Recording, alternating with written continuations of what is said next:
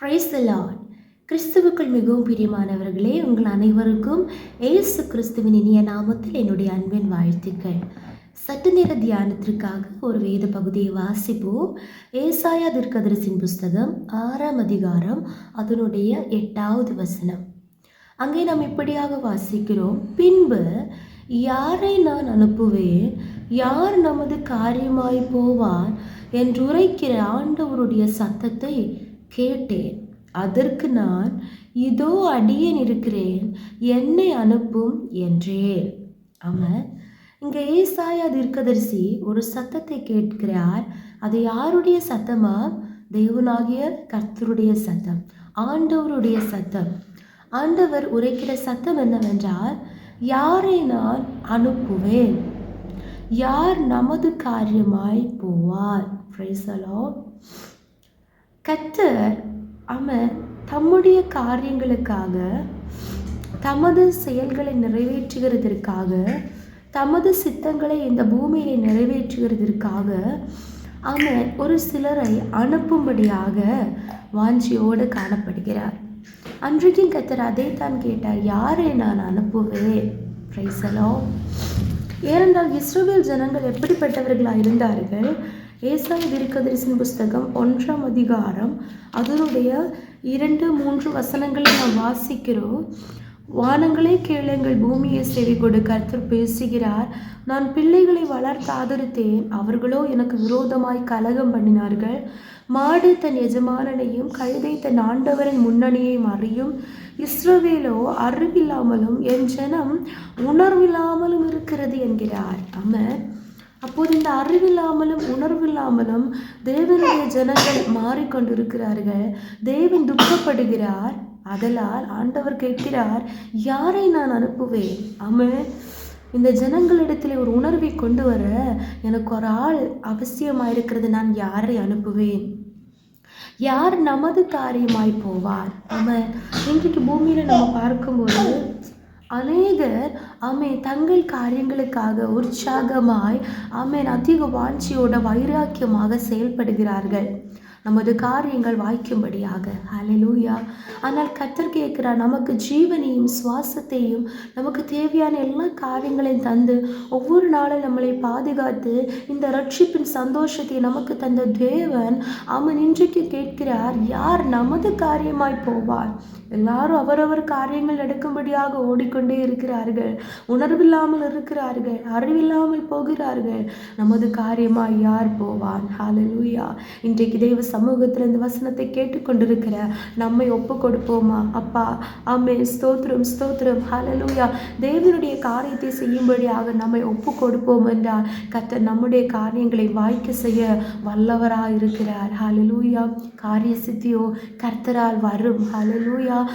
எல்லா கடினமாக இருக்கும் காரியத்தையும் கர்த்தர் எளிதாக வாய்க்க பண்ணுகிறவராக இருக்கிறார். எந்த கடினமாக இருக்கிற காரியத்தையும் கர்த்தருக்கு அதை நேர்த்தியாக செய்து முடிக்க அதெல்லாம் லேசான காரியமாக இருக்கிறது. Praise the Lord. ஹல்லேலூயா. தேவனால் செய்யக்கூடாத அதிசயமான காரியம் ஒன்றுமே இல்லை. அதனால் எவ்வளவு முயற்சித்தும் ஒரு சில காரியங்கள் நடக்கவில்லையா? தேவ சமூகத்தில் ஒப்பு கொடுங்க. அவருடைய காரியங்களை செய்வதற்காக நம்மை ஒப்பு கொடுப்பீர்கள் என்றால் ஹல்லேலூயா, ஒரு பெரிய எழுப்புதலுக்காக கர்த்தர் நம்மை பயன்படுத்துவார். நாம் யாராக இருந்தாலும், நம்முடைய குடும்ப சூழ்நிலைகள் எதுவாக இருந்தாலும், நம்முடைய படிப்பறிவு, ஹல்லேலூயா, உலக ஞானம் எதுவுமே இல்லை என்றாலும், நம்முடைய குடும்பம் எளிமையானதாக இருந்தாலும், எந்த குவாலிஃபிகேஷன் நமக்கு இல்லை என்றாலும் அது தேவனுக்கு ஒரு காரியமே இல்லை. ஹல்லேலூயா. கர்த்தர் எளியவனை புழுதியிலிருந்து உயர்த்துகிற தேவன், குப்பையிலிருந்து எடுத்து பிரபுக்களோடு உட்கார பண்ணுகிற தேவன். அதனால் ஸ்தோத்திரம். இங்கே ஏசாயா அந்த சத்தத்தை கேட்ட உடனே சொல்லுகிறார், இதோ அடியேன் இருக்கிறேன், என்னை அனுப்பும் என்றேன். Price the Lord. அந்த ஒரு அர்ப்பணிப்பு நம்முடைய வாழ்க்கையிலிருந்து கர்த்தர் எதிர்பார்க்கிறார். இந்த கடைசி காலத்திலே அந்த நாட்களை விட அதிகமாக பாவம் பெருகி கொண்டிருக்கிறது. தேவனுடைய ஜனங்கள் கூட அறிவில்லாமல் உணர்வில்லாமல் இருக்கிறார்கள். கொடூரமான பாவங்கள் தேசத்திலே நடந்து கொண்டிருக்கிறது. கர்த்தருடைய வருகை மிகவும் சமீபமாக இருக்கிறது. ஹல்லேலூயா. ஆதலால் நாம் ஒவ்வொருவரும் தெய்வ சமூகத்தில் ஒப்பு கொடுப்போம். அப்பா, அடியேன் இருக்கிறேன், அடியேனை அனுப்பும், நான் உமது காரியமாய் போவேன் என்று தெய்வ சமூகத்தில் நம்மை ஒப்பு கொடுப்போமா? அதே ஏசாயா தான் 9ஆம் அதிகாரம் 6ஆம் வசனத்திலே தீர்க்க தரிசனமாக உரைக்கிறார். நமக்கு ஒரு பாலகன் பிறந்தார், நமக்கு ஒரு குமாரன் கொடுக்கப்பட்டார், கர்த்தத்துவம் அவர் தோளின் மேல் இருக்கும், அவர் நாமம் அதிசயமானவர், ஆலோசனை கர்த்தா, வல்லமையுள்ள தேவ, நித்திய பிதா, சமாதான பிரபு என்னப்படும். ஒரு அர்ப்பணிப்போடு காணப்பட்ட அந்த தேவ மனுஷனை ஆமே ஸ்தோத்திரம். இன்றைக்கு இயேசு கிறிஸ்து எப்படிப்பட்டவராக பிறக்க போகிறார், இயேசு கிறிஸ்துவருடைய நாமம் என்னது, இயேசு கிறிஸ்து எப்படிப்பட்டவர் என்று தெளிவான தீர்க்க தரிசனத்தை, தெளிவான ஒரு வெளிப்பாடை கர்த்தர் அந்த தேவ மனுஷனுக்கு கொடுத்தார். ஹல்லேலூயா. அவன் பெரிய ஒரு தீர்க்கதரிசியாக கர்த்தர் மாற்றினார். ஹல்லேலூயா. பிரியமான தேவ பிள்ளைகளே, நம்ம தேவ சமூகத்தில் ஒப்பு கொடுப்போம். நம்முடைய வாழ்க்கையில் இருக்கிற குறைவுகளை எல்லாம் நாமே கண்டுணர்ந்து, பாவங்களை மறைக்கிறவன் வாழ்வு அடைய மாட்டான், அதை அறிக்கை செய்து விட்டு விடுகிறவனோ இரக்கத்தை பெறுவான். தெய்வ சமூகத்திலே அவருடைய ரத்தத்தினாலே கழுவி சுத்திகரிக்கும்படியாக ஆமே ஸ்தோத்திரம் கூட தெய்வ சமூகத்தில் நம்மை தாழ்த்தி ஒப்பு கொடுத்து, அப்பா நீர் என்னை பயன்படுத்துங்க, அப்பா நான் உம்முடைய காரியத்தை நான் செய்கிறேன், உமது காரியத்தை நான் செய்ய நான் என்னை அனுப்பும் என்று ஒப்பு கொடுப்போமா? கர்த்தர் நம்மை கொண்டு பெரிய காரியங்களை செய்வார். மோசையோடு சொன்னது போல நம்மோடு கூட இருந்து கர்த்தர் செய்யும் காரியம் பயங்கரமாயிருக்கும். ஹல்லேலூயா. ஒரு பெரிய எழுப்புதலுக்காக கர்த்தர் நம்மை பயன்படுத்துவார். இந்த வசனத்தை கேட்டுக்கொண்டிருக்கிற ஒருவரையும் கர்த்தர் ஆசீர்வதிப்பாராக. ஆமென். ஜெபிப்போம். ஏசப்பா ஸ்தோத்திரம்.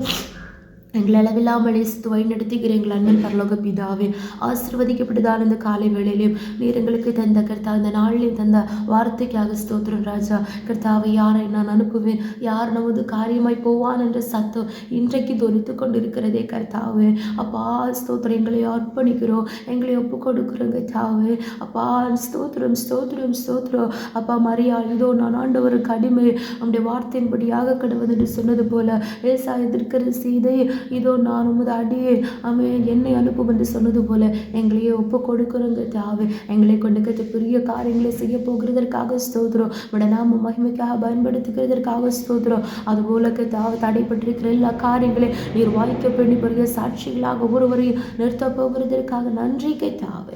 தாழ்த்துகிறோம், ஒப்பு கொடுக்கிறோம். இயேசு கிறிஸ்துவின் நாமத்தினாலே ஜெபிக்கிறோம் எங்கள் ஜெபத்தை கேளு நல்ல பிதாவே. ஆமென் ஆமென் ஆமென். May God bless you all.